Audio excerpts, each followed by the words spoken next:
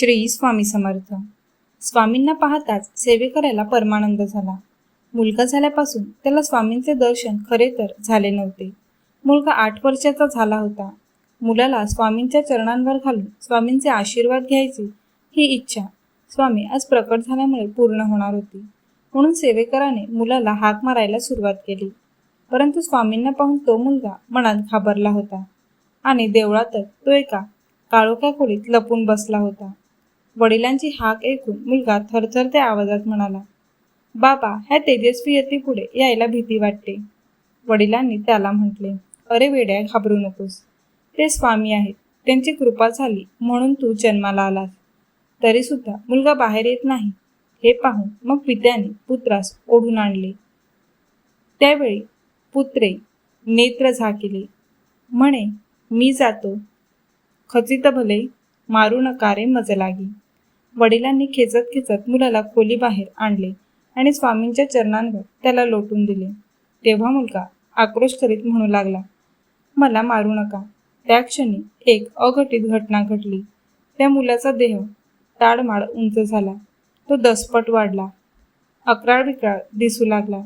तो स्वामींना विनवणी करू लागला, यती महाराज, मला मुक्त करा.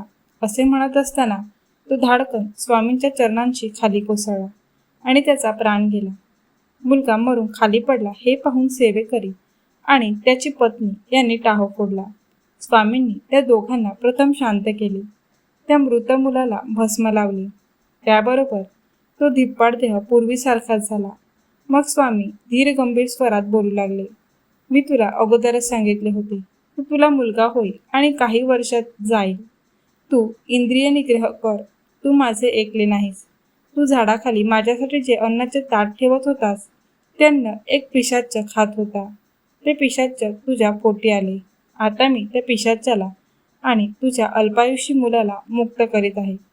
स्वामींचे बोलणे ऐकून सेवेकराच्या डोळ्यातून अश्रू वाहू लागले. स्वामींच्या दत्तावतारी अस्तित्वाची लोकांना आता जाणीव झाली होती. स्वामी त्रिकालयज्ञ होते. त्यांना सेवेकराच्या पोटी पिशाच्च येणार आहे हे ठाऊक होते. सेवेकरांची भक्ती पाहून त्या पिशाच्यापासून सेवेकराची सुटका व्हावी म्हणून अदृश्य झालेले स्वामी 8 वर्षांनी पुन्हा रामेश्वरी प्रकट झाले आणि सर्वांची त्यांनी सुटका केली. माझ्या प्राणप्रिय स्वामी भक्तांनो, स्वामी आपल्या प्रत्येक भक्ताला त्याच्या दुःखातून मुक्त करीत असतात. सेवेकराच्या प्रारब्धात मूल नव्हते, पिशाच्च होते. त्याची चुणूक स्वामींनी दाखवली. म्हणून आपण नेहमी एका विलक्षण श्रद्धेने स्वामींची पूजा करावी आणि त्यांच्याकडून जे संकेत मिळतील त्यांचे प्राणपणाने पालन करावे. स्वामी कधीच भक्तांचे अकल्याण करीत नाहीत हे जरा लक्षात ठेवावे. फक्त जपात रमावे, त्यातच सुख आहे.